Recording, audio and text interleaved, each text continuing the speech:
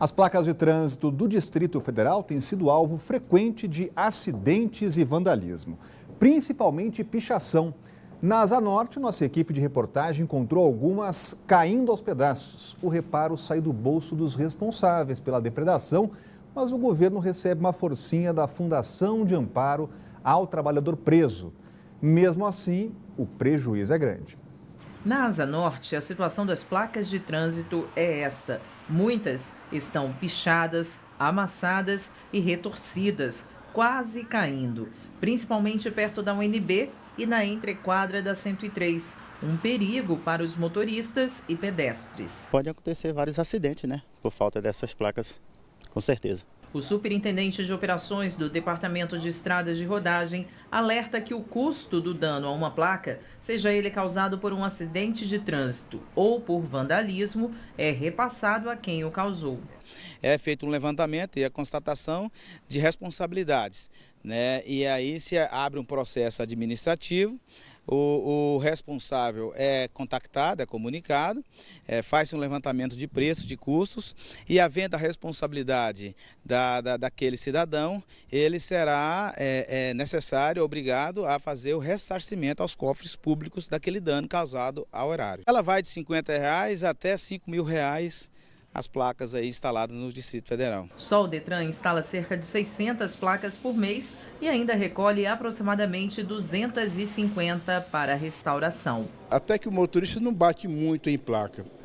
O pior problema no DF aqui é a pichação.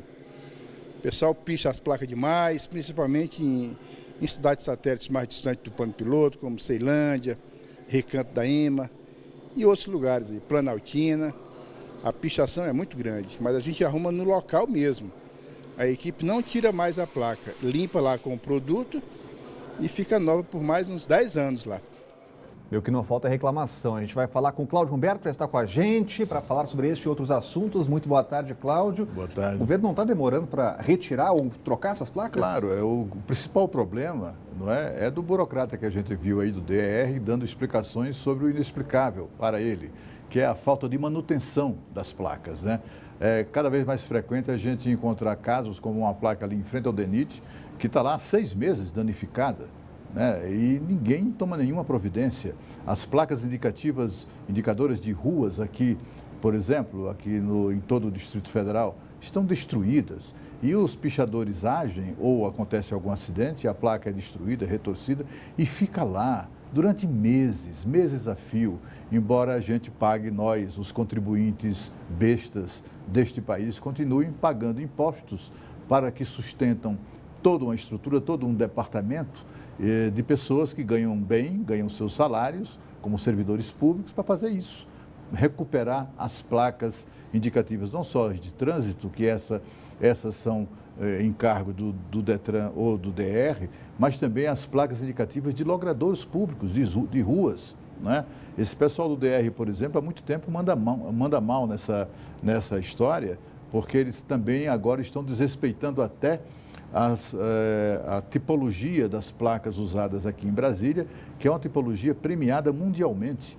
Nós temos essas placas de Brasília, minha gente, aquelas placas verdes com os letreiros em branco, estão no Museu de Arte Moderna de Nova York. É uma arte reconhecida.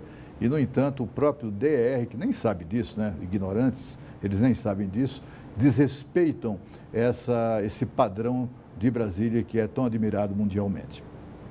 Para um pedestre foi atropelado na calçada por um motorista embriagado. O caso foi em Taguatinga, também ontem à noite. As câmeras de segurança flagraram o momento do acidente. Tudo acontece muito rápido, veja só que o carro está em alta velocidade e em seguida atropela o homem que aparece no canto direito da tela. O motorista foi abordado por uma equipe do Detran e fez o teste do bafômetro e o exame apontou 1,85 miligramas de álcool, quase 6 vezes acima do permitido. Apesar das imagens impressionantes, o homem atropelado teve apenas fraturas e foi levado consciente ao hospital de Taguatinga. Realmente imagens que impressionam.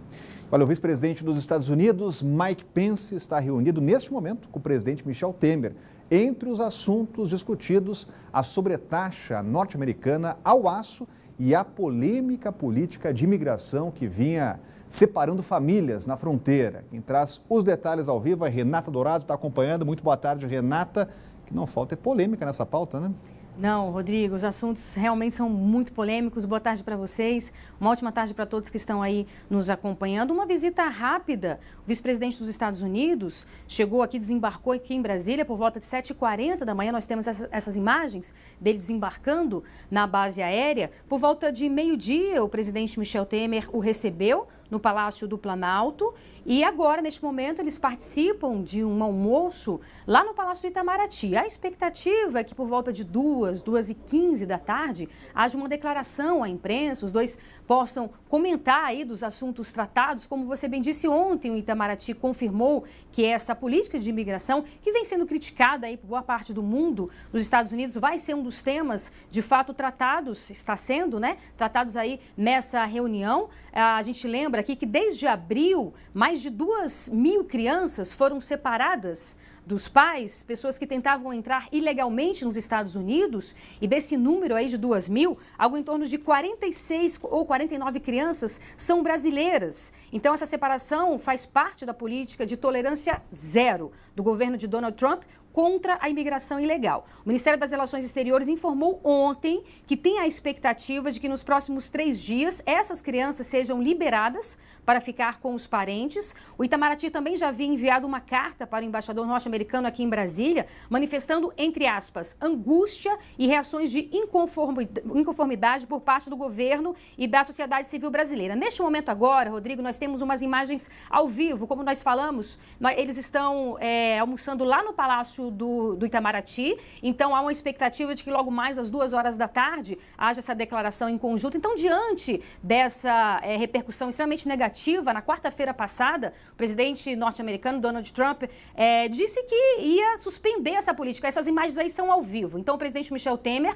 está chegando, acredito que isso seja lá no Palácio do Itamaraty, deve ter aí, portanto, está recebendo, portanto, o vice-presidente norte-americano, fazendo aquelas imagens, né, para os fotógrafos fazer essas imagens, tirarem essas fotos, e logo em seguida, como nós falamos, por volta de 2h15 da tarde, há essa expectativa de que haja essa declaração em conjunto. Então, essa primeira passagem do vice-presidente desde que Donald Trump foi eleito, tomou posse em janeiro de 2017. Então, uma visita, sem dúvida nenhuma, muito importante, vários assuntos importantes a serem tratados, um encontro rápido, mas com certeza assuntos não faltarão. Rodrigo.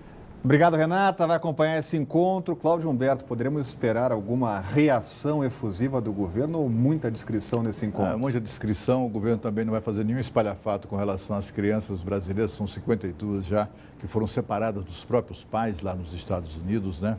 Tem um santo remédio com relação a isso, né, que foi adotado uma única vez nas relações bilaterais do Brasil, quando houve problemas com outro país, que foi contra Portugal.